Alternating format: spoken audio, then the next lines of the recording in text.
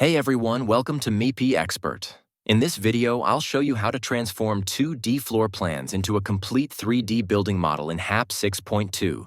So, stay tuned, hit the like button, and subscribe for more professional building design tutorials. Let's get started. Step 1. Assign levels and elevations. First, we need to define the building levels and their heights. Assign level-to-level heights for each floor. Step 2. Insert floor plan drawings. Now, let's insert the 2D floor plan images into the project. Go to the floor plan view for each level. Better to import architectural drawings in PDF format. Set the scale to match the real dimensions. Adjust the orientation of the building as per site conditions. Step 3. Insert floor and roof drawings. Next, we'll insert drawings for each floor and the roof. Import and align the roof and floor drawings. Set reference markers to ensure all levels match. Lock position of all levels to prevent accidental movement. Step 4. Assign walls, shell, and spaces now. Let's define the walls, building shell, and spaces.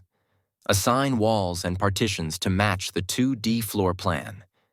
Add the building shell for structural integrity.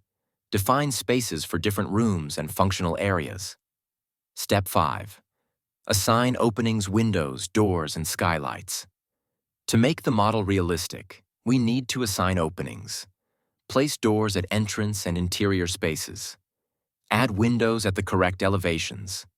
Insert skylights and any additional openings.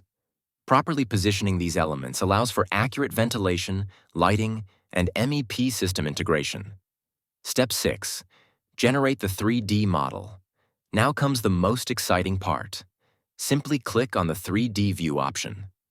Watch as your 2D drawings automatically transform into a 3D model.